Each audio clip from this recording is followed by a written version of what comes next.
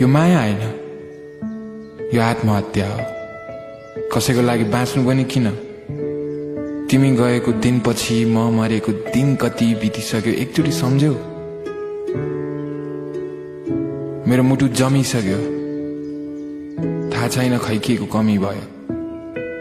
आँधी चलिरहन्छ, तिमी झरी बनेर आउँछौ, आँसु झरिरहन्छ, बाढी आए जसरी बगिरहन्छ। कसरी सम्हाल्नु आफैलाई? तर आजदेखि म एक्लो छु। तिमी पनि स्वतन्त्र, खुला, खुसी, आफ्नै अनुसारमा जिन्दगी चलाउन सक्ने।